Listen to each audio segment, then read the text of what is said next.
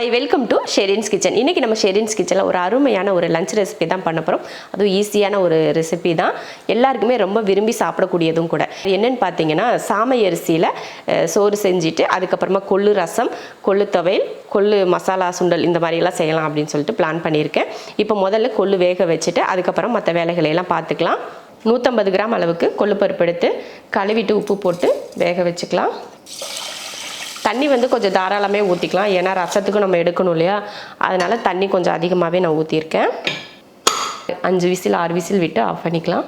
கொள்ளு வந்து வேக வச்சாச்சு, அது வேகட்டும். அதுக்குள்ளேயும் நம்ம கொள்ளு துவையல்லாம் செய்கிறதுக்கு பார்த்திங்கன்னா கொள்ளு வறுக்கணும். அந்த மாதிரி வறுத்துட்டு மற்ற வேலைகளை எல்லாம் நம்ம பார்க்கலாம்.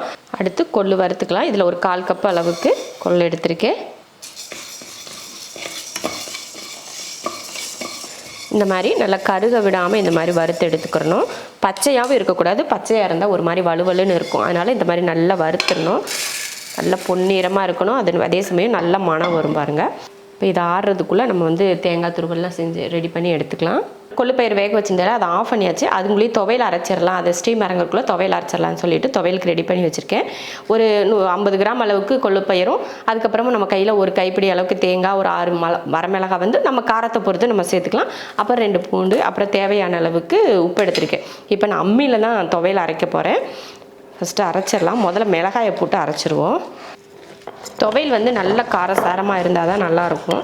அதனால் நிறைய மிளகாய், ஒரு 6 மிளகாய் கிட்ட நான் வச்சுருக்கேன். உங்கள் வீட்டில் நீங்கள் காரம் எப்படி சாப்பிடுவீங்களோ தெரியாது இல்லையா, அதனால் உங்கள் விருப்பத்தை பொறுத்து நீங்கள் சேர்த்துக்கோங்க. நம்ம அம்மியில் அரைக்கிறப்போ முதல்ல நம்ம மிக்சியில் ஒன்றும் பிரச்சனை இல்லை, எல்லாத்தையும் ஒட்டுக்க போட்டு அரைச்சிடலாம், அரைஞ்சிரும். அம்மியில் அரைக்கிறப்போ முதல்ல மிளகாயை போட்டு அரைச்சிட்டு அதுக்கப்புறமா தான் நம்ம மற்றதை போட்டு அரைக்கணும். அப்போ தான் நமக்கு வந்து அந்த மிளகாயோட தோலெல்லாம் கரெக்டாக அரைஞ்சி வரும். அதனால் முதல்ல நான் வந்து மிளகாயை அரைச்சிட்டு அடுத்து தேங்காய் கூடவே உப்பையும் சேர்த்துருவோம். அது ஒன்றா கொட்டிடுச்சு, அதனால் தெரியலை உங்களுக்கு. அதே போல் அம்மியில் அரைக்கிறதுனால தான் தேங்காயை வந்து துருவி இருக்கும். இதே மிக்சியில் போட்டால் அப்படியே துண்டு துண்டாக வெட்டி போட்டுருவோம் இல்லையா. தேங்காயை அரைச்சிட்டு பூண்டையும் தட்டிடுவோம். அடுத்து போட்டுருவோம் நம்மளோட மெயின் கண்டென்ட். இதுதான் வறுத்த கொள்ளு பருப்பு சாப்பிட நல்லாயிருக்கும், அதனால் கொஞ்சம் எடுத்து வச்சுருக்கேன்.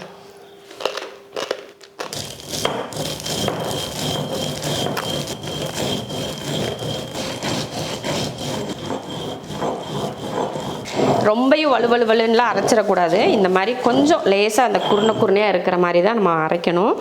சூப்பராக துவையல் அரைச்சிட்டோம். இதில் வந்து புளியெல்லாம் நான் போட்டு அரைக்க மாட்டேன், ஏன்னா துவையலில் வந்து புளி போடுறது வந்து நம்ம வீட்டில் யாருக்கும் பிடிக்காது. அதனால் நான் புளி துவையலுக்கு வந்து போட மாட்டேன். நீங்கள் எப்பயுமே துவையல் அரைக்கிறப்போ புளி போட்டு அரைக்கிறீங்க அப்படின்னு இருந்துச்சா ஒரு டைம் வந்து நீங்கள் இந்த மாதிரி புளி போட்டு அரைக்காமல் செஞ்சு பாருங்கள். டேஸ்ட் வந்து ரொம்ப நல்லாயிருக்கும்.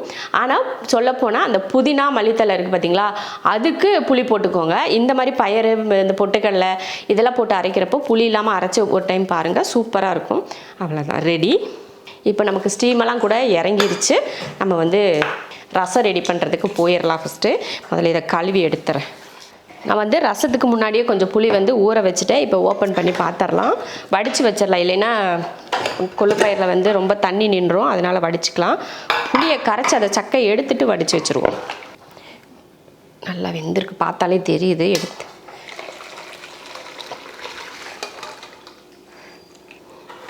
அவ்வளோதான். கொள்ளு வந்து கடைசியில் வந்து நம்ம தாளிச்சுக்கலாம். உப்பெல்லாம் கரெக்டாக இருக்குது. இப்போ புளி தண்ணியை கரைச்சி நான் கொள்ளு தண்ணி ஊற்றி எடுத்து வச்சுட்டேன். இப்போ நம்ம ரசத்துக்கு வந்து ரெடி பண்ணிடுவோம். கடைசியில் தான் இந்த அரிசி போட்டு சோறு வைக்க போகிறேன், ஏன்னா அது வந்து சட்டுன்னு அப்படியே வெந்துடும். ஒரு கொதியிலே வெந்துடும். அதனால் அவசரம் இல்லை, கடைசியில் வச்சுட்டு பக்குவமாக எடுக்கணும். இல்லைன்னா நம்ம அங்கங்கே வேலை பார்த்துட்டு செஞ்சோம்னா அது வந்து குழஞ்சி போயிடும், ஒரு மாதிரி ஆயிரும். அதனால் எல்லா வேலையும் முடிச்சுட்டு கடைசியில் வந்து இதை எடுத்து போட்டு வேக வச்சுக்கலாம். ரசத்துக்கு நம்ம எல்லாத்தையும் ஒட்டுக்க போட்டு தான் அரைக்க போகிறோம். நான் வந்து ஒரு 3 வரமிளகாய் சேர்த்துக்கிறேன். ஒரு 1/2 ஸ்பூன் அளவுக்கு மிளகு, 1/4 ஸ்பூன் அளவுக்கு சீரகம், ஒரு 5 போல் பூண்டு. தக்காளியெல்லாம் பாருங்கள், இதெல்லாம் குட்டி குட்டியாக இருக்கா, இதெல்லாம் நம்ம மாடி தோட்டத்தில் காய்ச்ச தக்காளி. நல்லா பழமாக இருக்கிறப்பவே நான் வந்து பறிச்சுட்டு வந்து இப்போ நல்லா கனிஞ்சிருச்சு. இதுதான் போட போகிறேன். கிட்டத்தட்ட ஒரு 2 கிலோ தக்காளியே இருக்கும் நம்ம மாடி தோட்டத்தில் வந்தது. குட்டி தக்காளியாக இருந்ததுனால ஒரு 5 தக்காளி எடுத்திருக்கேன். நீங்கள் பெருசாக இருந்தால் 2 எடுத்துக்கோங்க போதும். சும்மா ஒரு 2 கருவேப்பிலையும் ஒரு மல்லித்தலையும் போட்டு இதை அரைச்சி எடுத்துருவோம். புளியும் கொள்ளு தண்ணியும் கலந்து வச்சுருக்கோம் இல்லையா, அதில் இப்போ நம்ம ரசத்துக்கு அரைச்சதை சேர்த்துடலாம். தேவையான உப்பு, நம்ம கொள்ளு பருப்பு நம்ம கொள்ளு வேக வைக்கிறப்போ உப்பெல்லாம் போட்டிருப்போம், ஆனாலும் இன்னும் கொஞ்சம் உப்பு சேர்த்துட்டு கருவேப்பிலை, அடுத்து மல்லித்தலையை சேர்த்துருவோம். சேர்த்துட்டு கலந்து விட்டுருவோம். கொஞ்சம் பெருங்காயத்தூளியை சேர்த்து விட்ருவோம் கையோட. அவ்வளோதான். அடுத்து தாளிச்சிடலாம். ரசம் தாளிக்கிறதுக்கு எண்ணெய். அடுத்து எண்ணெய் காஞ்சதுமே பார்த்திங்கன்னா கொஞ்சம் கடுகு, ஒரு வரமிளகாய் போட்டு தாளிச்சிடலாம். கருவேப்பிலை எதுவுமே அதில் போட வேண்டாம், ஏன்னா நம்ம ரசத்துலேயே கலந்து வச்சுருக்கோம் இல்லையா, அதனால் அப்படியே ஊற்றிடுவோம். ரசத்துக்கு ஊற்றியாச்சு. இப்போ புளிப்பு காரெல்லாம் எந்த அளவுக்கு இருக்குது அப்படின்னு பார்த்துட்டு கொஞ்சம் தண்ணி தேவைன்னா தண்ணி ஊற்றிக்கலாம், இல்லை உப்பு தேவைன்னா உப்பு போட்டுக்கலாம். இப்போ வந்து நமக்கு எல்லாமே கரெக்டாக தான் நான் கலந்து வச்சுருக்கேன். நல்ல ரசம் வந்து நல்லா நுரக்கட்டி ஒரு கொதி வரட்டும், அதுக்கப்புறமா நம்ம இறக்கிக்கலாம். ரசம் பார்த்திங்கன்னா நுரக்கட்டி கொதிக்க ஆரம்பிச்சிருச்சு. இந்த டைமில் நம்ம வந்து ரசத்தை ஆஃப் பண்ணிக்கலாம். சூப்பர், ரசம் ரெடி ஆயிடுச்சு. அடுத்ததாக நம்ம சாப்பாட்டுக்கு தண்ணி வச்சிடலாம். இப்போ சாமை அரிசி சோறு பண்ணுறதுக்கு பார்த்திங்கன்னா நான் இதில் 1 டம்ளர் அரிசி எடுத்திருக்கேன். அதுக்கு தேவையான தண்ணி வந்து கொதிக்க வச்சுருக்கேன். கொதிக்கட்டும், அதுங்களையும் இதெல்லாம் கழுவிட்டு எடுத்து வச்சிடலாம். நீங்கள் வந்து சாமை அரிசியில் இந்த மாதிரி புழுங்கல் அரிசி வாங்கிட்டிங்கன்னா நம்ம சோறு வந்து உதிரி உதிரியாக இருக்கும். இதுலேயே பச்சரிசியும் இருக்குது, சாமை அரிசிலேயே வேக வைக்காத பச்சரிசியும் இருக்கும். அது மாதிரி வாங்கினீங்கன்னா கொஞ்சம் கொலன்னு இருக்கும், நல்லா உருண்டை பிடிச்சி சாப்பிட்றதுக்கு நல்லாயிருக்கும். நான் வந்து புழுங்கல் அரிசி தான் வாங்கியிருக்கேன். இப்போ புழுங்கல் அரிசியில் தான் நம்ம சோறு செய்ய போகிறோம். ரொம்ப பக்குவமாக செய்யணும், ஏன்னா ரொம்ப நேரம் கொதிக்க விட்டிங்கன்னா சோறு வந்து ரொம்ப மலர்ந்து போயிட்டு சாப்பிட நல்லாவே இருக்காது.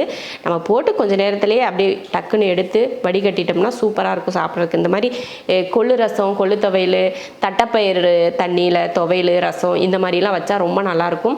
காரக்குழம்புங்களும் இதுக்கு ரொம்ப நல்லாயிருக்கும். இந்த அரிசிக்கு வந்து ரொம்ப நல்லாயிருக்கும். அதாவது நல்ல காரசாரமாக புளிப்பாக இருக்கிற மாதிரி சாப்பிட்டா ரொம்ப நல்லாயிருக்கும். அதுதான். கொள்ளு பயிர் வேக வச்சுருந்தோம் இல்லையா, அதை தாளிக்கிறதுக்கு கொஞ்சம் எண்ணெய் ஊற்றிடலாம். எண்ணெய் காஞ்சதுமே கொஞ்சம் கடுகு உளுந்து, ஒரு வரமிளகாய், கொஞ்சம் கருவேப்பிலை, ஒரு பெரிய வெங்காயம்,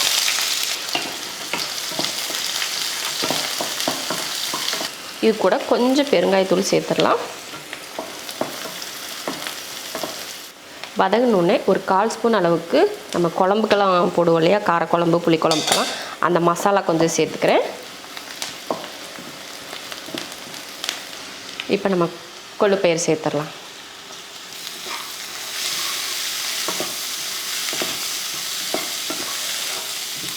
உப்பு வந்து நம்ம முன்னாடியே போட்டு வேக வச்சுருக்கோம் இல்லையா, உப்பெல்லாம் கரெக்டாக இருக்குது, அதனால் உப்பு வந்து எக்ஸ்ட்ரா சேர்க்க தேவையில்லை. அடுத்து கொஞ்சம் மல்லித்தலையை தூவிடலாம்.